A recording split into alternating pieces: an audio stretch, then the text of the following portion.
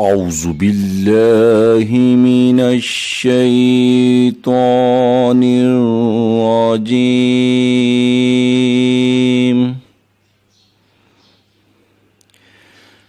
بسم الله الرحمن الرحيم.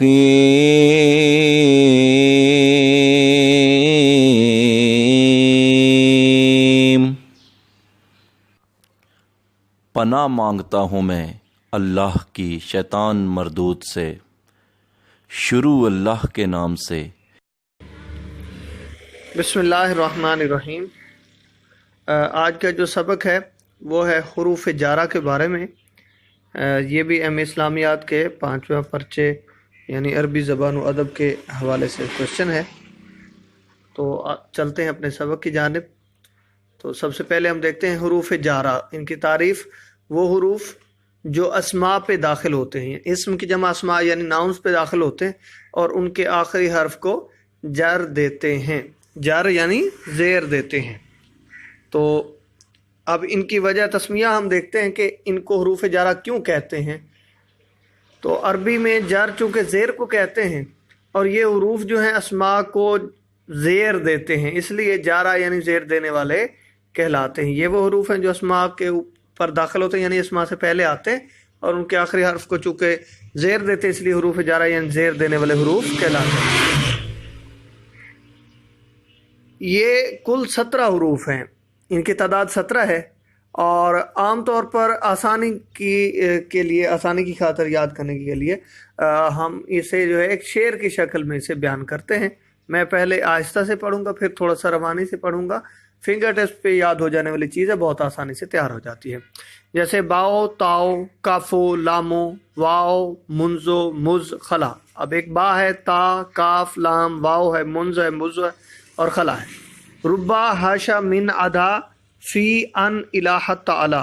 حتی علا کر لیں یا ان کے بعد علا کر لیں اور حتی علا کر لیں، وہ کوئی مسئلہ نہیں ہے. یہ ٹوٹل 17 ہو گئے.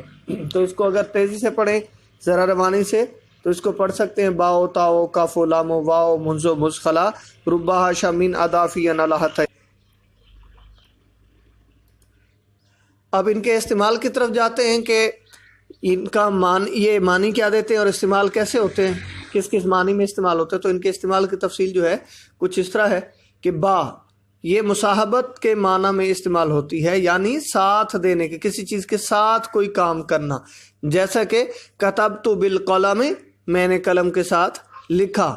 تو با جو ہے یہ ساتھ کے معنی میں. آپ دیکھیں القلم پر با داخل ہوئی ہے، با حرف جار آ گیا تو قلمی ہو گیا.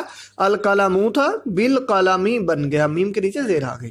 اسی طرح تا اور واؤ جو ہیں یہ دونوں قسم کا معنی دیتے ہیں. جیسے واللہ، تاللہ، دونوں کا معنی ایک ہی ہوگا، اللہ کی قسم. کاف یہ تشبیہ کا معنی دیتا ہے، سملی کے لیے استعمال ہوتا ہے. جیسے هو الرجل کاللیث، وہ تو شیر جیسا شخص ہے، وہ تو ایسا شخص ہے جو شیر جیسا. تو کاللیث، اللیث تھا شیر اور کاف داخل ہوا تو اس کو مجرور بھی بنا دی اور کاف تشبیہ کے لیے ہے. اسی طرح لام یہ علت یعنی سبب بیان کرنے کے لیے آتا ہے. ہم اس کی مثال دیکھتے ہیں. جیسے وقفت لاحترام الاستاذ، میں استاد کے احترام کے لیے کھڑا ہوا، اس وجہ سے کھڑا ہوا کہ استاد کا احترام ملحوظ خاطر تھا. تو اب لام جو ہے یہاں پہ سبب میں آ جائے. منزو اور مز یہ دونوں مدت کے بیان کے لیے آتے ہیں. جیسے جے تو منزو یا مز یوم الجمعہ، میں جمعہ کے دن سے آیا. تو یہ دونوں ایک ہی معنی میں استعمال ہوتے ہیں. خلا، ادا اور حاشا یہ تینوں جو ہیں استثناء کے لیے آتے ہیں، یعنی جو حکم پہلے بیان کیا جا رہا ہوتا ہے ان کے مابعد جو لفظ آئے گا، ان کے بعد جو بھی اسم آئے گا اس کو پہلے حکم سے خارج کر دیتے ہیں. جیسے جاءت طلاب، خلا او ادا او حاشا زیدن، یعنی خلا زیدن یا ادا زیدن یا پھر حاشا زیدن، سارے طالب علم آئے سوائے زید کے. اس کا معنی یوں بن جائے گا.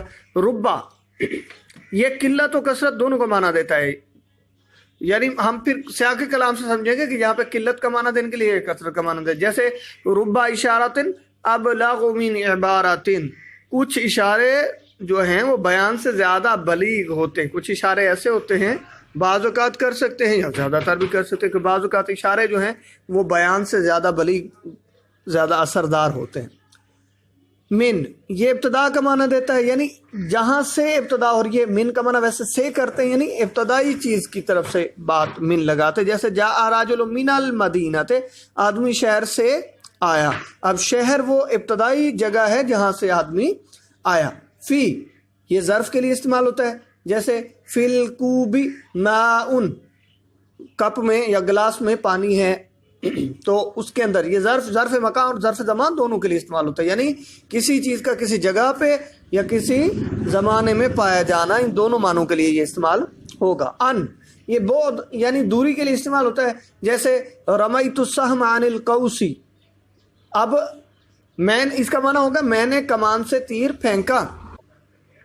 اب دیکھیں تو السہم عن القوس، السہم تیر ہو گیا، عن القوس جدائی ہے نا، کمان سے تیر جدا ہو رہا ہے، دور ہو رہا ہے، تو اب جب دو چیزوں کے درمیان بعد پیدا ہو رہا ہے تو وہاں من کی بجائے ان لگائیں گے، معنی یہ بھی سے کا دیتا ہے لیکن یہ بعد کے لیے استعمال ہوتا ہے، یعنی دو چیزوں میں جدائی پیدا ہو رہی ہے تو ان لگائیں گے ورنہ من لگائیں گے۔ الا جو ہے یہ غلبہ کا معنی دیتا ہے، جیسے علی الجدار عصفور یا عصفورۃ، ایک ہی بات ہے، دیوار پر چڑیا ہے، چڑیا دیوار پر ہے، تو یہاں پر کیا ہے کہ دیوار کے اوپر ہے، تو یہ غلبہ کے معنی میں استعمال ہوتا ہے۔ اب جو ہے باقی دو ہی رہ گئے، الا اور حتی، یہ دونوں انتہا کے لیے آتے ہیں، انتہائی غایت کے لیے آتے ہیں، جیسے حتی مطلع الفجر، فجر کے طلوع ہونے تک۔ اسی طرح الا کی مثال ہم دیکھیں تو من المسجد الحرام الی المسجد الاقصی، من کی مثال بھی یہاں پہ آ گئی دوبارہ سے کہ مسجد حرام سے ابتدا ہوئی اور الی المسجد الاقصی اور مسجد اقصی تک، تو انتہائی غایت کے لیے آتے ہیں۔ یہ ایک پوری اسائنمنٹ ہے جو میں نے آپ کے سامنے ذکر کی، انتہائی مختصر، انتہائی آسان قسم کے الفاظ میں مثالوں کے ساتھ میں نے ذکر کر دیا ہے، ان کی تعریف بھی میں نے بیان کر دی ہے۔